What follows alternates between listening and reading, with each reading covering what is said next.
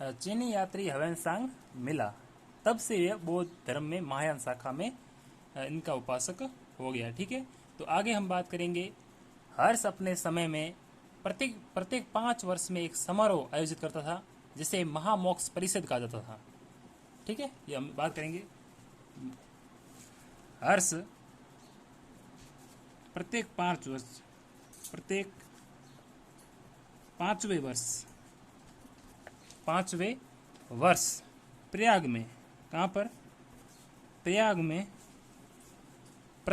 प्रति 5 वर्ष प्रयाग में महामोक्ष परिषद,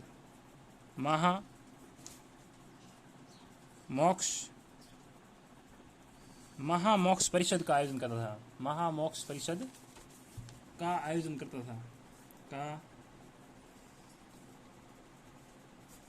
आयोजन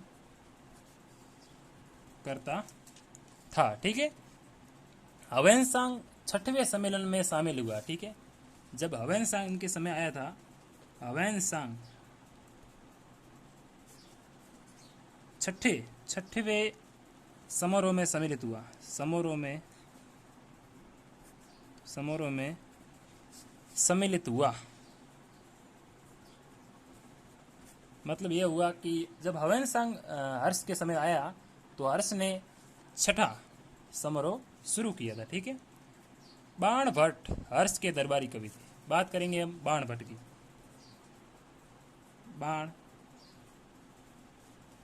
बाण भट्ट यह ह्वेनसांग का दरबारी कवि था। सॉरी, हर्ष का दरबारी कवि, हर्ष का दरबारी कवि था। ठीक है, जिसने हर्ष चरित और कादम्बरी की रचना की। ठीक है, 2 रचनाएं थी, पहली दूसरी। पहली ये हर्ष चरित और दूसरी का नाम है कादम्बरी। ठीक है, पहली का नाम है हर्षचरित, दूसरी रचना है कादम्बरी। किसकी रचना है? बाण भट्ट की। बाण भट्ट हर्ष का दरबारी कवि था। ठीक है, बाण भट्ट के गुरु का नाम भरचू थे। ये बाण भट्ट के गुरु का नाम था भरचू।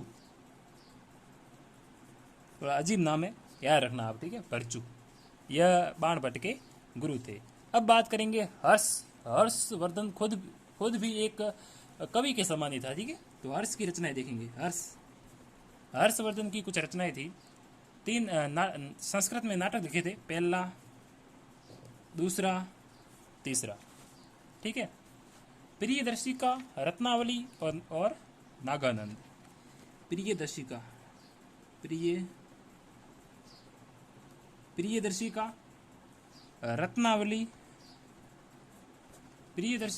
रत्नावली और नागानंद। ठीक है, 3 ही किस भाषा में थे? संस्कृत भाषा में थे। संस्कृत भाषा में था। कहा जाता है कि धावक नामक कवि ने हर्ष से पुरस्कार लेकर उसके नाम से ये 3 नाटक लिखे थे। कहा ऐसा जाता है कि एक धावक नाम का व्यक्ति था जिसने हर्षवर्धन से एक उपहार लिया और उस उपहार से खुश होकर इन तीनों की रचना की, लेकिन ये झूठ है। सच यही है कि हर्षवर्धन के ये 3 नाटक है जो संस्कृत भाषा में है। पहला है प्रियदर्शिका, दूसरा रत्नावली, तीसरा है नागानंद। ठीक है, हर्ष को भारत का अंतिम हिंदू सम्राट कहते हैं। ठीक है, भारत का अंतिम हिंदू सम्राट। ठीक है, किसे कहते हैं? हर्ष को कहते हैं।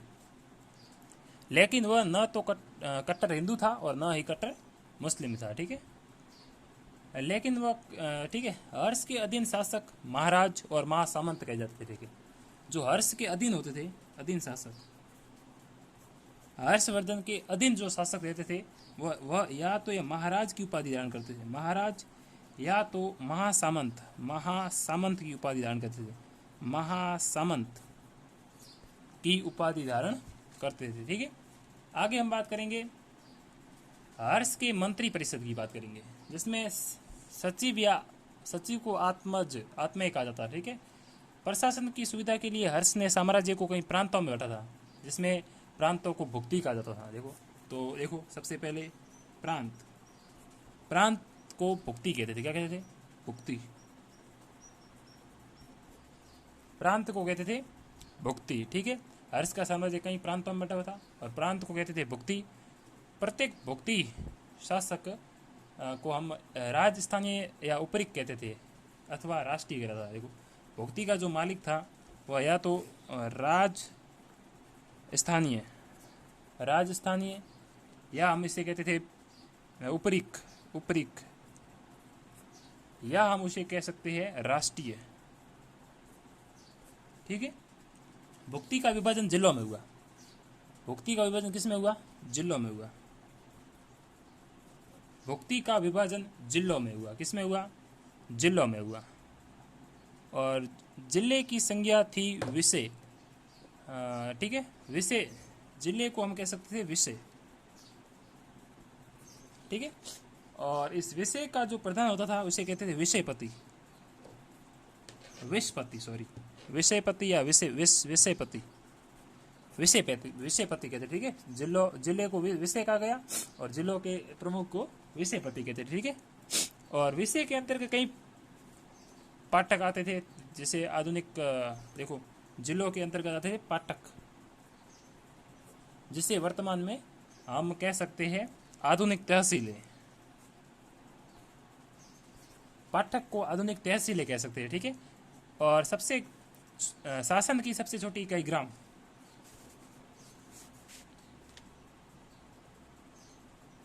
शासन की सबसे छोटी इकाई क्या थी? ग्राम। ठीक है, ग्राम शासन का जो प्रधान था उसे कहते थे ग्रामाशपटलिक। ग्रामाशपटलिक।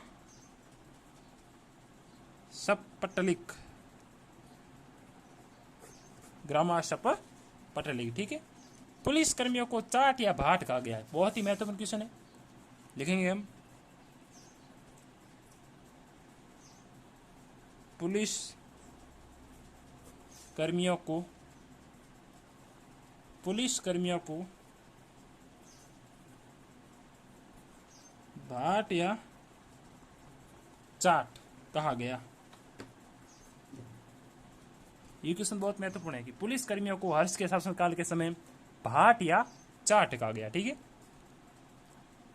आगे हम बात करेंगे दंडिक, जो कि पुलिस विभाग के अधिकारी कहते थे। ठीक है, अब बात करेंगे देखो अलग अलग कौन सी सेना को क्या कहते थे।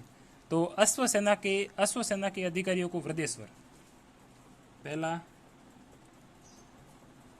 अश्व सेना का जो अधिकारी था वह वृद्धेश्वर कहलाता था। ठीक है, पैदल सेना के अधिकारी को बलाधिकृत।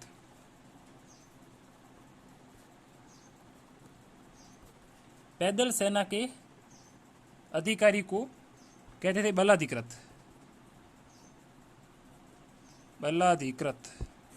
ठीक है, या इसे महाबलाधिकृत भी कहते थे। बलाधिकृत या इसे हम कह सकते हैं महाबलाधिकृत। ठीक है, हर्षचरित में सिंचाई के साधन के रूप में तुला यंत्र की उल्लेख मिलते रहो। हर्षचरित, ये रहा हर्षचरित। हर्षचरित में सिंचाई के साधन के रूप में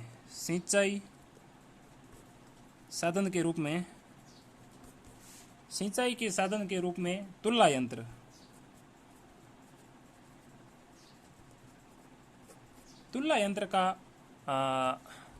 का उल्लेख किया गया है, जिसका अर्थ होता है जल पंप। ओके, हर्ष के समय मथुरा सूती वस्त्रों के निर्माण के लिए प्रसिद्ध था। तो बात करेंगे ये हर्षवर्धन के समय सूती वस्त्रों के लिए प्रसिद्ध। सूती वस्त्रों के लिए प्रसिद्ध स्थान कौन सा था? मथुरा था। क्या था? मथुरा। ठीक है, हर्षचरित में प्रांतीय शासक के लिए लोकपाल शब्द का उल्लेख हुआ है। ओके मित्रों, मिलते हैं अगले वीडियो के लिए, तब तक के लिए धन्यवाद।